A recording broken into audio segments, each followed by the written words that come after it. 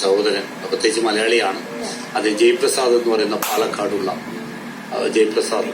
അദ്ദേഹത്തിന് കഴുത്തിന്റെ ഇവിടെ വെടിയേറ്റുകൊണ്ട് തലയുടെ ബാക്കിൽ നിന്ന് ഒരു പീസ് അദ്ദേഹത്തിന്റെ ഇതായി. പക്ഷെ അദ്ദേഹം അങ്ങനെ അത്ര ഒരു കുറെ സമയങ്ങളോളം നമ്മള് പരസ്പരം സംസാരിച്ചു കൊണ്ടിരിക്കുന്ന സമയത്താണ് മൂവ്മെന്റ്സ് ചെയ്യുന്ന ആ സമയത്താണ് വെടിയേറ്റത്. അതെവിടെ വെച്ചിട്ടായിരുന്നു ഈ അപകടം ഉണ്ടായത്? അവിടെ ഈ പൂൻ സെക്ടറിൽ. അപ്പൊ ഞങ്ങൾ അങ്ങനെ മൂവ്മെന്റ് തീവ്രവാദി ടെററിസ്റ്റ് അറ്റാക്ക്.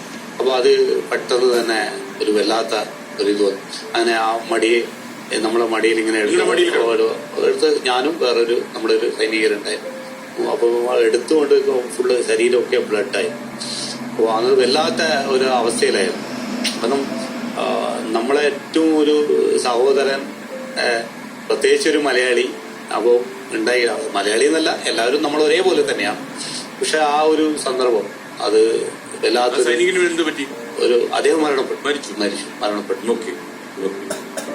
അങ്ങനെയുള്ള ഒരുപാട് നിമിഷങ്ങൾക്ക് സാക്ഷിയാകാൻ കുറെ